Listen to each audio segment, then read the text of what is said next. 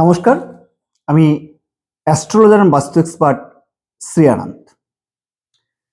জন্মকুণ্ডলিতে বৃহস্পতি গ্রহ কোথায় কিভাবে অবস্থান করলে কি কি আপনাদের শরীরে রোগ হতে পারে, আপনি যদি আপনার জন্মকুণ্ডলীর কিছুটাও বিচার করতে পারেন, সেক্ষেত্রে আপনি যদি বৃহস্পতি গ্রহকে সঠিকভাবে দেখতে পারেন, তাহলে কিন্তু আপনি সহজেই বুঝতে পারবেন যে আপনার শরীরে কোন রোগ বাসা বাঁধতে পারে।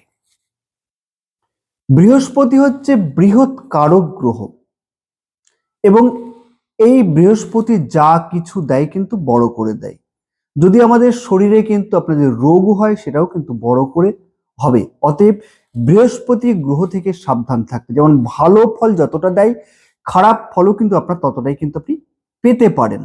যদি আপনার জন্মকুণ্ডলিতে বৃহস্পতি গ্রহ যদি আপনার খারাপ জায়গায়, খারাপ কানেকশনে অবস্থান করে, তাহলে বৃহস্পতি গ্রহ কোন কোন আমাদের বডি পার্টকে দেখে? এক হচ্ছে আমাদের মাস্টার গ্ল্যান্ড, পিটুটারি গ্ল্যান্ডের কারক গ্রহ হচ্ছে আমাদের বৃহস্পতি। আমাদের লিভার এবং তার সঙ্গে সঙ্গে হচ্ছে আমাদের যে সুগার, এগুলো কিন্তু বৃহস্পতি গ্রহ ইন্ডিকেট করে। এবং তার সঙ্গে আমাদের শরীরে যে চর্বি, মেদ যাকে বলা হয়, সেটাও কিন্তু বৃহস্পতি গ্রহ থেকে আমাদের পাওয়া যায়। আমাদের শরীরের বুকে যে ফুসফুস রয়েছে, সেই ফুসফুসেরও কারক গ্রহ কিন্তু আপনার বৃহস্পতি। তাহলে বৃহস্পতি গ্রহ কোথায় কিভাবে অবস্থান করলে এই রোগগুলো আমাদের এই পার্টস গুলোকে দুর্বল করতে পারে? ধরুন বৃহস্পতি অষ্টম ঘরে বসে আছে, তো বৃহস্পতি অষ্টম ঘরে বসে থাকায় মানেই কিন্তু আপনার এই যে পার্টগুলো, এগুলো কিন্তু ডিস্ট্রয় হলো, তার বৃহস্পতির ক্ষমতা কিন্তু খর্ব হলো। তাহলে আপনার জন্ডিস হতে পারে লিভারের সমস্যা থেকে, এবং তার সঙ্গে সঙ্গে আপনার কি হতে পারে, ফুসফুসের সমস্যা হতে পারে। এবার কার সঙ্গে কোন কানেক্টিভিটি? অষ্টমের সঙ্গে যদি আপনার চতুর্থের কানেক্টিভিটি করে, তাহলে আপনার বুকের সমস্যা হবে।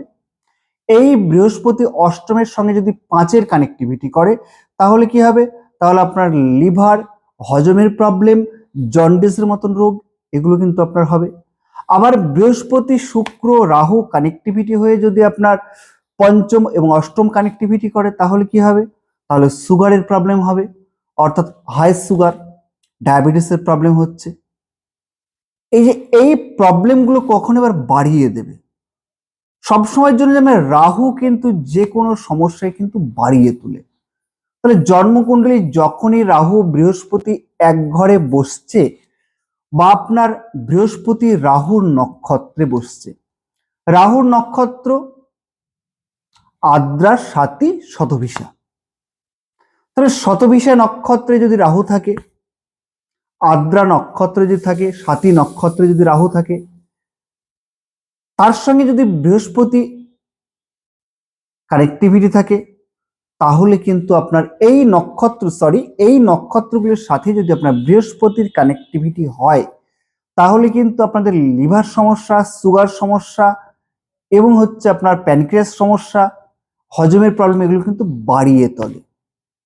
অর্থাৎ রাহু বৃহস্পতি কিভাবে কানেক্টিভিটি, সেটা দিয়ে কিন্তু আপনাকে নজর দিতে হবে। অতএব সেই নজরটা যদি আপনি না দেন, তাহলে কিন্তু আপনাকে সহজেই কিন্তু রোগাক্রান্ত হবে। যেমন ফ্যাটি লিভার, এটা কিন্তু আপনার খুব সাইলেন্ট কিন্তু বেড়ে যায়।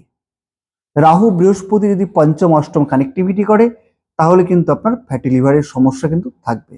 তাই জন্মকুণ্ডলীর সঙ্গে গ্রহের অবস্থান, ন্যাটাল চার্টে গ্রহের অবস্থান, সেটা যদি সঠিকভাবে আপনি জানতে পারেন, তাহলে কিন্তু আপনার এই সমস্যা থেকে আপনি সহজেই কিন্তু আপনি মুক্ত হতে পারবেন।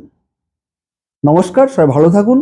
গ্রহকে জানুন, জন্মকুণ্ডলী জানুন, বাস্তুকে জানুন, তবেই কিন্তু আপনি ভালো থাকতে পারবেন। নমস্কার।